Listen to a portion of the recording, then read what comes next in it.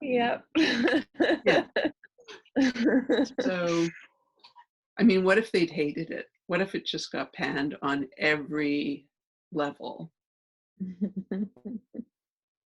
But it didn't. So,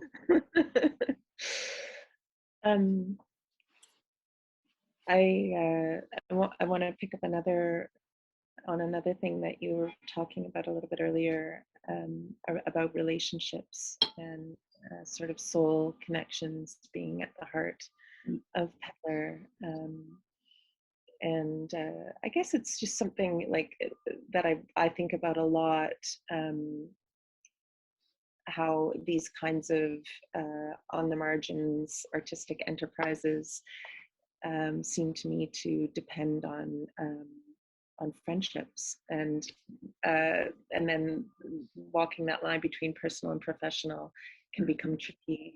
So I'd love to hear your thoughts on that. right. And very early in Pedlar's membership in LPG,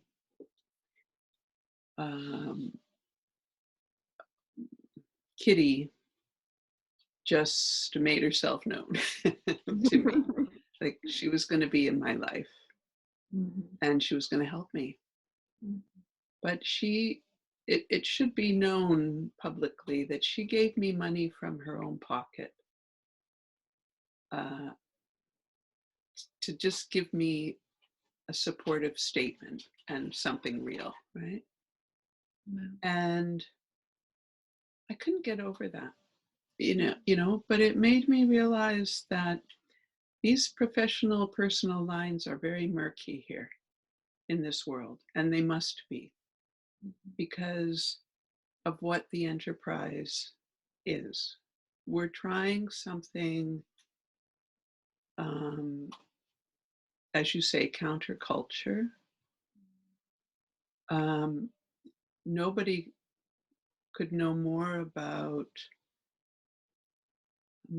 sacrifices and making effort to pay correctly than Kitty Lewis, I think. I mean, she was a dog with a bone trying to find new monies for the house. And so, was that proper? I don't know. But right away, the line between a professional colleague and a friend shifted, and it just kept shifting. So, I mean, Kitty and I remember very well sitting in her hotel room at the March Hare a few years back and just telling everything, just saying what was so hard and what was so great and everything in between. She was getting ready to hand it over to you guys. And, there were some difficult days and months in the life, and she and I just shared. And thank God, because I could tell her, because she was my peer. So then we move into my relationships with the writers in the house, right? And the editors that I've worked with. Editors are more like my peers, I think, but like I've developed very close relationships with Rana Bloom, Martha Bailey, Jack Davis, Suvankam, Tamavangsa, others. They pop into mind especially. And I can say, well, Stan Dragland. I was going to say. But they don't know everything, including Stan. I mean, it's just not proper to load an intimate with certain things, I think. They don't know everything. They don't know everything I struggle with. They don't know everything that has been said to me that has been wounding or made me furious. They don't know some of the things I've done for them. That's probably a big one. Um, they don't know everything. And maybe we don't know everything no matter anyway. But I mean, Stan and I are married. And I have an ability to keep the professional barriers and boundaries safe and sound. I never would have published Stan if I didn't think his work was exceedingly fine. I just wouldn't have. And people might doubt that, but that is the reason Pedlar Press published Stan Dragland, even though that's me, right?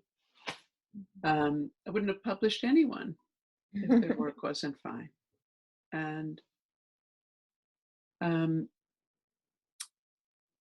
I have held a lot of hands, authors' hands, through exceedingly difficult times. Martha. There's an intimacy there, hey? Yeah. Like when Christina Bailey took her own life before the book Sister Language was published, well, when you work on a book with people, you are intimately involved in a certain rather large space in their life at that time. So I had to enter Martha's grief chamber and stay with her. It was just what I had to do. It was so obvious to me. And Stan as well, because he was the editor of the book.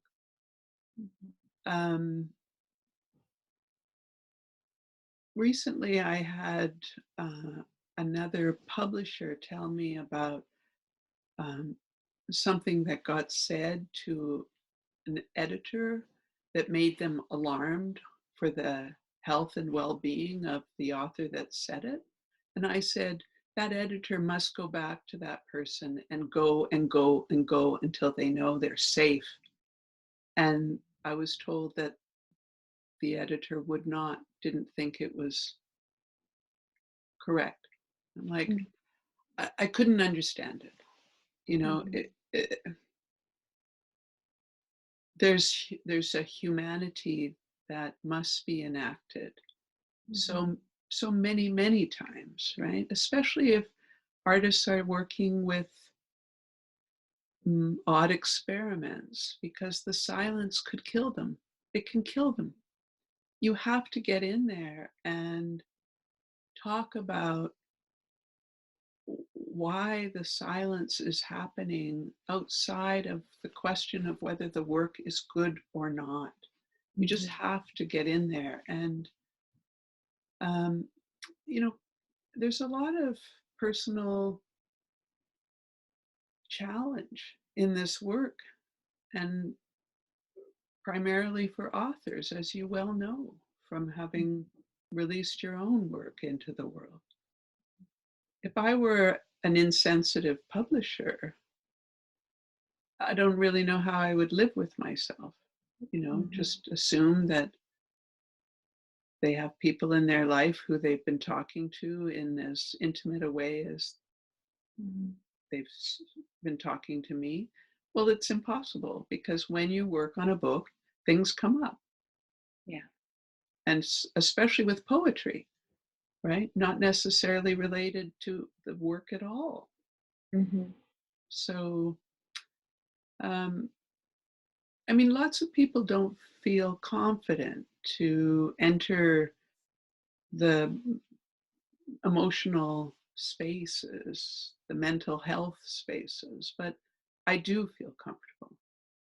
So that allowed me to cross over when required without any kind of hesitation about, because for me, from a point of view of a therapist, the most important thing is to be consistent in your holding of boundaries. Mm-hmm. If an author tried to instigate something that was not going to be that original boundary, I would say no, and I would explain why. You know, Mm-hmm. I know how to hold boundaries, and I learned that through dealing with women mostly who were survivors of child sexual abuse, where no boundaries had been kept, Mm-hmm. right? And so they were very confused about boundaries. Mm-hmm. I learned how to keep boundaries. So, I mean, there's a way to be so close to somebody and also for them to know that you are acting out of deep and abiding respect. But it has to be learned. Yeah. Yeah. Yeah. Yeah. I mean, it strikes me in so many of the things we've talked about, this balancing act between preserving a space for the human while navigating the exigencies of living in this world, you know. Right. I mean, it's, you know, with publishing, you have deadlines, you have the distributors and the sales teams breathing down your neck, you have things you have to do. But if there's something like the case we were just talking about, a suicide, you turn to those people and you say, this is a very delicate situation. I may not make those deadlines.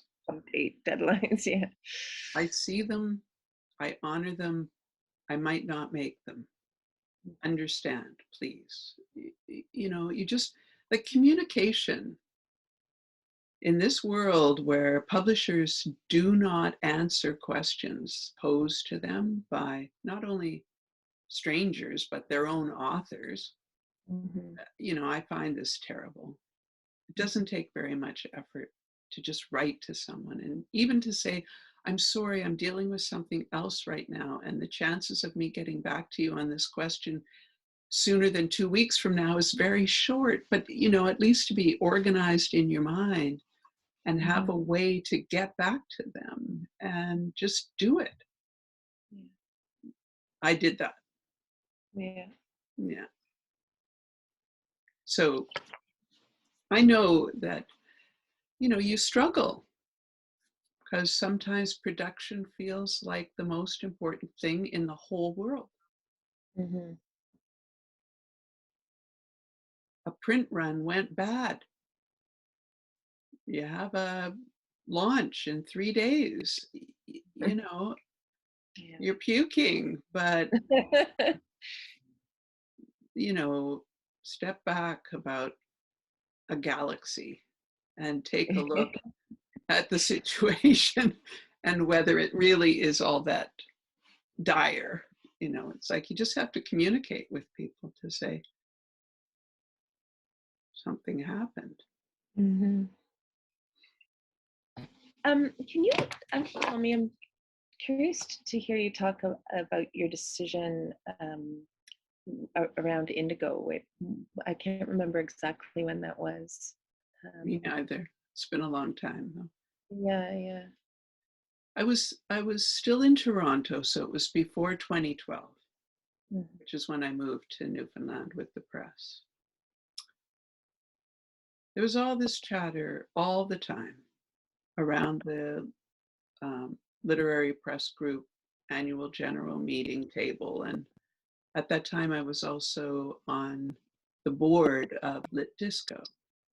Talk about the policies that Indigo was enacting that were terribly gouging for the publishers. And I'd had it. I just had it. So I started asking for some political action by a group of us to try to force a change. because all of their policies were being swept across all kinds of publishers, regardless of size. Mhm. And for the house the size of Pedlar, it just was insanity. Mm. Everyone said that they couldn't stop working with Indigo because it would be seen as kind of a treachery to their authors or by their authors. Mhm. And I thought, Indigo isn't doing anything for me. Not really. Mhm. It's the independents who are getting behind books and pushing, and my own labor Mhm. wherever I go. Uh, you know, if authors think that Indigo is somehow their their best bet for sales, we need to do a reality check. That's just all that wishful thinking that published, especially new published authors have. It's like, ladies and gentlemen, that is not necessarily where your books are being sold, Mhm. nor Amazon. Like, there's so much that authors don't know is the truth. They just don't really, nobody knows what it is until they do it themselves. And nobody knows what a single person run operation is till they do that themselves. So I just thought, fuck it. Uh, so I told the sales team, I'm not selling to Indigo. Stop selling to Indigo. I refuse. They're just bullying us, and I don't tell them no. So it was like, but I was the boss, so no Indigo. And then in either 15 or 16, Sarah Tilley's Duke won the Winterset Award here, and Stan was nominated. He was shortlisted. So there were two St. John's based authors with books in the news. And Indigo, Chapters Indigo in St. John's wanted those books. So the sales manager came back and said they would like to discuss, with you. And I said, oh, I see. Well, okay, Indigo can have Pedlar books, but non-returnable is the term. And they accepted my terms. And to this day, I don't know if there is any other publisher in Canada who has that term with Indigo. Right. Every once in a while, I would notice that Indigo had tried to return something, and I'd be right on it and get the manager of Lit Disco to phone up whomever. Say these are the terms. Mhm. And they were just, 1 or 2 or 5 copies, but it helped. Mhm. And that's my story. It's my success story. Mhm. I love it. It would only, it's because of Sarah and Stan, and there not being any independence, or there is an independent bookstore in St. John's, but it closes, opens, they were the game, Mhm. or Amazon, Mhm. or people knocking on my door in St. Right. John's. So they wanted, I think Indigo, like Amazon, probably has a policy: make $1 on every sale. Mhm. Multiply it by billions, but make $1 on every sale. Yeah. So Yeah. activism is not dead in the publishing world, I hope. Well, especially in the new atmosphere that you speak of, I think that's the only way we're going to figure out a way to pay living wages is through activism. Yeah, you can't let these corporations run you down. Mhm. And if they are just being bullies, go off somewhere else, step away from the elephant's feet, get over to the side somewhere and do something else. Mhm. Well, it's funny because my last question for you was going to be around did you have any philosophical or political or practical advice for those of us, carrying the torch? So get away from the elephant's feet feels like. um, Well, you know, it was Adrienne Rich who said to me, don't fall in love with the boys' machinery. I would say, number one, read Adrienne Rich about capitalist versus feminist approach to life and living. Um, but that's very general. But she helped me. She really helped me. And I would say ask for help from people you trust, for sure. Like, don't keep it within the house if there's trouble. I once fell apart in front of Alayna and um, Alayna Wilcox. Alayna Wilcox, and Stan came into the space where I was falling apart and said, what's happening here? And before I knew it, they were helping me in significant ways financially. It was a breakdown because I thought I was done. Canada Council hadn't given enough money for the year's plans. And then he he designed and printed gratis a broadside that I sold at an upcoming 5th year anniversary party and elsewhere. And that helped me so much. Mm-hmm. So, and I guess that leads into really keep it small. You can be saved by $500. It's a fact, because I think what happened when he was so kind and when Kitty was so kind when we first met, it's the despair that will kill you. It's the faithlessness that will drag you down. And so when somebody helps you, you have hope again right away. You think, okay, all is not lost, and this is beautiful, and all your energies are revived. You are revived. And,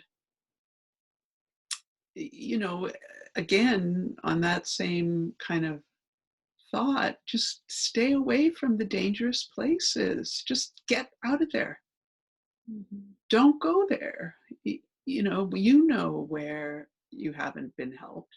And unless it's a battle that you need to fight, just move away from that and try something else. I think that we all have more strategies in our hearts and minds than we give ourselves credit for. It's just that they demand courage, right? It's the very old myth of Gilgamesh. You got to go out and you're going to face the monster. But if you just keep ducking behind trees, it's, like you got to go out, but keep breathing and have some good ideas and try them. Courage is absolutely required and also in short supply. So what do you do to keep up the courage? Well, courage, it strikes me from just listening to you talk for this last hour, is like a lot easier when there's joy and a sense of meaning and a sense of intimacy and relationships and a sense of beauty accompanying it. it was my life, Alayna. You know, Pedlar for 25 years was me in my life. Uh, Philosophically, spiritually, emotionally, mentally. It was me in my life. And that is a luxury, I suppose, that not everybody, not every working woman has, you know. I mean, I know that for sure. If you work for others, if you work for the man, forget it. But uh, I think that would be a legacy I would love to leave, is make it, ask yourself over and over, is it your life that you're living? You know, if you're in your life, even when it's really hard, it's acceptable because the growth, the challenge is yours. It's not somebody else's, right? And that's what becomes so difficult when you work in firms or larger houses. It's like you're not anywhere near the person with power. So it's really hard to hold on to or reclaim your own power. But if you're in a small place, you can keep your power. You can reclaim, you can talk to power because they should be a peer, probably, you know. And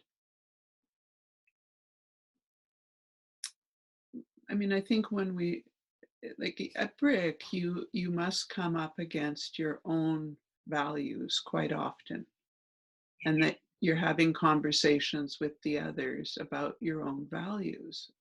Yeah. Well, these are hard to name. You know, we don't often have language.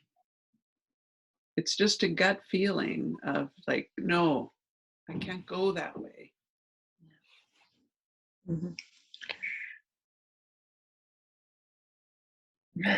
So, you know, I mean, I have nothing to say to large houses, but to small houses, you know, to my peer publishers, I think, especially the keep it small and do it right. That was my dear Doris Mahegan's instruction to me as I started. Keep it small and do it right. What did that mean to me then? I don't know. But do it right to me now means to honor the place and the people where you are. Honor them and take the time to honor, right? Don't be doing any roughshod running over somebody. Yeah. So I probably that's what she meant. She was also the person that said socialism is too good for people.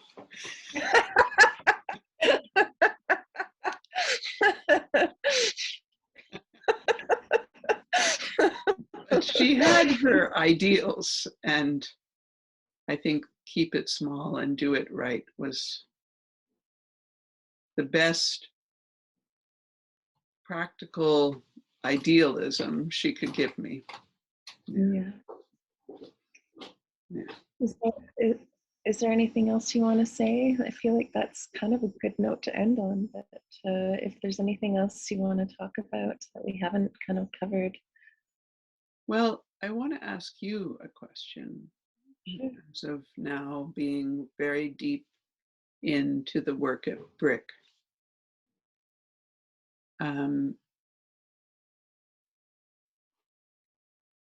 Do you have a community like you feel I had? Are you aware of who your community is? I mean, you live in Toronto. Yeah, I Among mean, publishers. Absolutely. Your description of those moments when you reach out to somebody and they come with advice or practical help.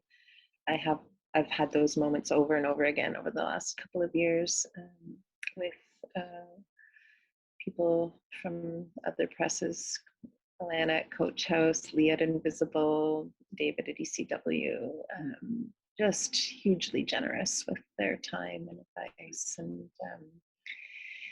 and you know, the just being a part of the LPG and the ACP are huge, and because it's different for me because I work with collective. There's a deep collegiality there. But yeah, it's a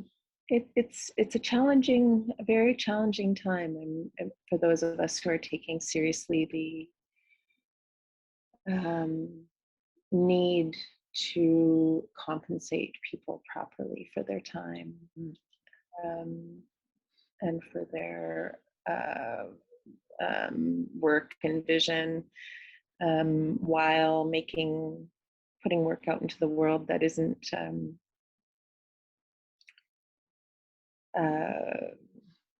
I mean, that isn't a blockbuster,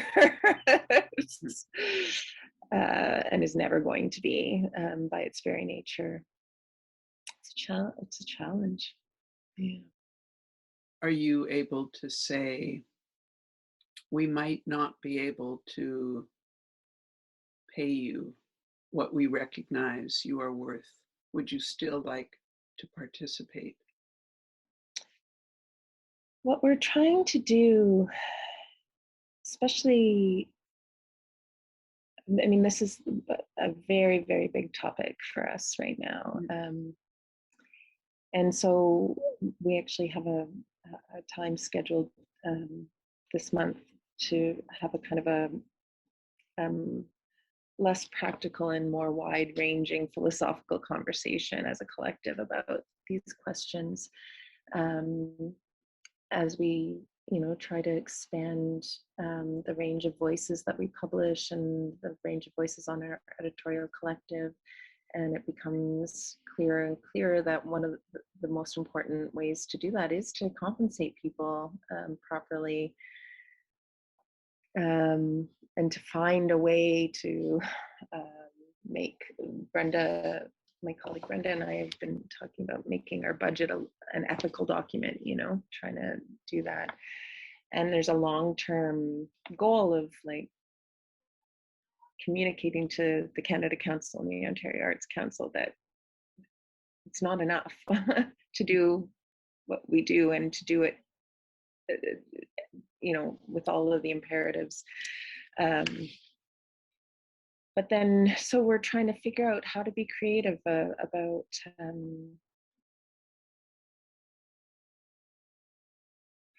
you know, one of the, I mean, I haven't even talked to my collective about this yet, but one of the things I've been thinking about is there a way to do a kind of a sliding scale wage where people self-identify in terms of need? I don't know. Yeah. I mean, one question that I found very helpful as a visioning question was, who benefits? Mm-hmm. And authors don't always understand what some of the less tangible benefits might be. Mm-hmm. That you can't always get through payments. You know, Mm-hmm. it's important to talk about the fact that you aren't necessarily benefiting when they are not. Mm-hmm. You know, but Mm-hmm. in the larger scheme of things that you just mentioned, fighting with Canada Council, it just pops into my head that literary publishing really needs to have a group called Friends of Literary Publishing who advocate solely on this question of money from Canada Council. Mm-hmm. You know, when I first started, Carl Siegler was a big voice around the table at a literary press group, and he was constantly reminding all of us why block grants started in the first place. You know, the recognition that to distribute literature across Canada was way more expensive than any publisher should be asked or could be asked to fund themselves. Like, it's just impossible to get one book across from St. John's to Victoria and then back if it's rejected. You know, economics have to, like, some math has to be done. But I think that it like, maybe this is the time that there needs to be a group that works parallel to bring this message over and over again. People don't get how much it costs to make one book and to sell one book to one person who lives on the opposite side of the country. They have no idea. And they don't know anything about returns, and they don't know anything about the struggle to pay people properly and about royalties and, you know, everything. They do not know. And while it's great to have the two organizations, LPG and the ACP, you know, doing policy work at the government level, a sustained barrage at this time where federal government is trying to figure out what people really should be paid for living wages, you know, it might be a good time. And it just comes to my mind. Maybe somebody's already doing it and I'm just out of the loop. I don't know. But I think, you know, most grants need to be doubled. They do. Yeah. And there can be caps put on, you know, salaries within the House and make it clear that this is for la la la. Newfoundland doesn't even allow salaries to be paid out of the grants that are given, which is, you know, good. But artists, yes. And even this year, royalties, yes.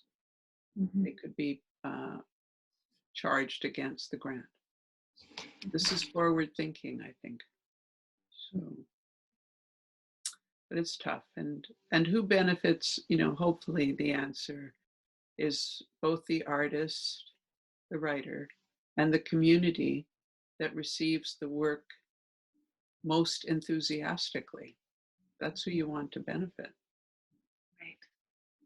It's not always about money. And it certainly wasn't for me, you know. And yet I know people, I have to keep it strong in my heart that people did benefit from Pedlar for the 25 years that it was in operation. A small but deeply felt benefit. And that's good enough. Yeah. Yeah. Well, I know that's true. So thank you so much for these questions and taking me through quite a lot of memory. There's about, you know, there's about a zillion more little suitcases I could unpack if I took the time to really think about all the good things that happened and all the hard things. But it's instructive. And I challenge all the young women out there to start their own literary presses. Anybody's welcome to have Pedlar's name for a song now. You know. Thanks so much, Beth. Thank you so much.